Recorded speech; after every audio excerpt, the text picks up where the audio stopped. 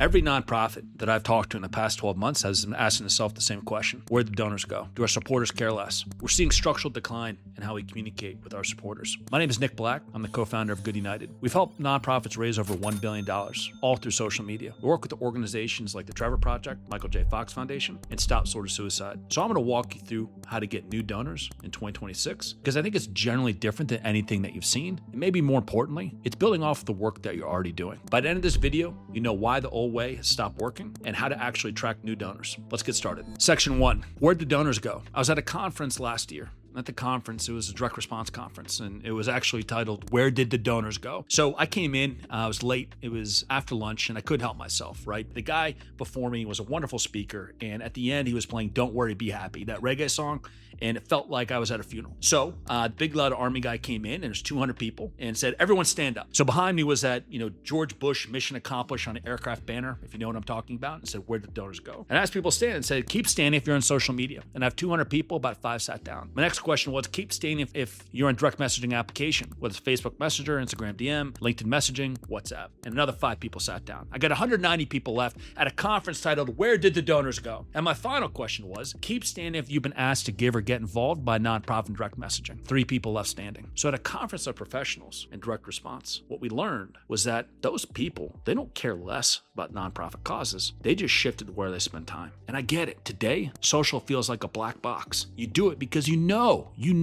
inside of you that this is where people are. This is what your marketers tell you. But what do you get out of it? Well, in the next step, we're going to actually learn how to unlock the black box of social media. So Americans spend a ton of time in social media. We all know this. And social media feels like a black box. Well, the key to unlock the black box is direct messaging. And I think the big leap of faith you have to take is the powers that be that own these social networks that care more about their bottom line than they do you. I don't think that's a big leap, but take it, right? So as such, the powers that be have built and vertically integrated direct messaging applications. Think Facebook Messenger to Facebook, LinkedIn messaging into LinkedIn, Instagram DM into Instagram. And so when we start to meet people in their channel and keep them where they're at, we can start to have this conversion layer of using direct messaging just like how we use email for our website. And we're able to monetize the work that we're already doing, from our content to our ads, not by having them fill out a lead form and sending them out of channel, by having them convert in channel to a direct message subscriber. We start to learn a lot. And for my organization, we've learned this firsthand, and it's working. So at Stop Source Suicide, we run a lot of peer-to-peer fundraising, and we're pretty good at it. And the peer-to-peer coaching journeys have been absolutely remarkable. What we've seen with over 10,000 people message is a 92% open rate and over $600,000 raised. So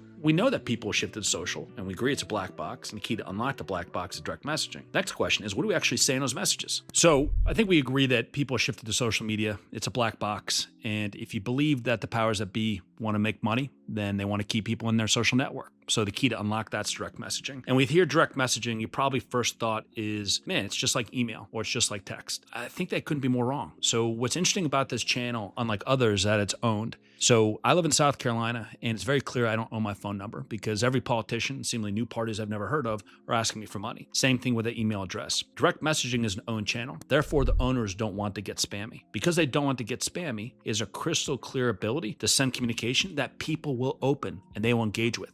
So the good news is this isn't rocket science. We just can't treat it like email. We have to treat it like a conversation. We have to treat it like humans. So the 4 pieces of advice, right? The 4 messages that we want to send is first, say thank you. Thank you, right? It's simple. Second, let's ask them for another piece of communication, just in case. Was it email, direct mail? It's a phone number. Third, what's their story? If we were to meet someone at a networking event or at a restaurant, we're not going to ask them for $30. We're going to ask them about their story. And then fourth, building on that, we're going to ask them how they want to get involved. Let's ask an open-ended question. Unfortunately, we're not Nike. We're not running digital funnels with shoes. People like shoes, but they don't believe in shoes. Not like they believe in your mission. What you're giving your supporters the opportunity to do is to buy hope, to buy change, to buy belonging. And we know what's going to happen if we keep running transactional funnels. We still need to do it, but we also need to start thinking, how are we going to build relationships at scale? And what would that look like if every one of your supporters had a one-on-one relationship? Let's explore that in the next section. So before we keep going, the first message in that opt-in sequence is the most important. It sets conditions for everything that's going to happen after that. So we built a short framework that walks through the exact structure of high converting messenger opt-ins. It's free, the link's in the description, so click it. I can hear you groaning. I really can. I can feel it, right? I can feel it. You're saying, this is great. I get it. People shifted to social media. It's obvious. Nick, it is obvious. And man, I believe that Mark Zuckerberg wants to make more money. And because he's created an in-app ability to convert social traffic to named individuals. So we need to leverage technology. So as we think about technology, it's AI, right? And I think what AI is bringing to the table is the opportunity to crack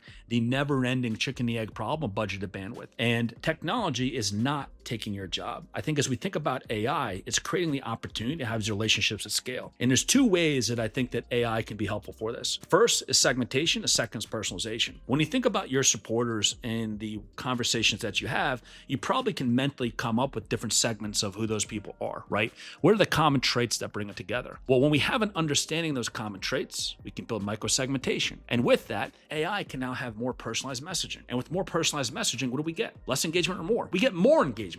So with more engagement, we get more data to get better segmentation. That leads to better personalization, to better engagement. And that is a starting point to be able to build relationships at scale. So when we think about building these relationships, the question is where to start. Do I need to pay an arm and a leg, or can I get going today? That's what we're going to talk about in the last section. I think after this session, you should walk into your nonprofit's office, talk to your executive team, pull aside that executive director and saying, listen, I don't think we need email anymore. I think our website's good enough. You would never say that. Never. No, you would not. Don't be a liar, right? So we know that the point of website traffic is not for traffic's sake. It's to convert it to get someone involved, whether that's a volunteer, a fundraiser, or a donor. If you take away email, what are you left with? Traffic? Well, that's how we feel about social media. So what email does to your website, direct messaging does to social. Turn on direct messaging. The good news, there's 3 ways to do it. First, use the free tools. Whether LinkedIn, TikTok, or Meta, turn on the free in-channel direct messaging tools. Second, there are all sorts of chatbot companies around that have incredible capabilities. If you've left the country recently, I was in Nicaragua last year, there's no concept of calling or texting anyone. There are chatbot companies that have stood up to be able to do direct messaging at scale. The problem is they're not built for you. They're built for gyms or restaurants. And third,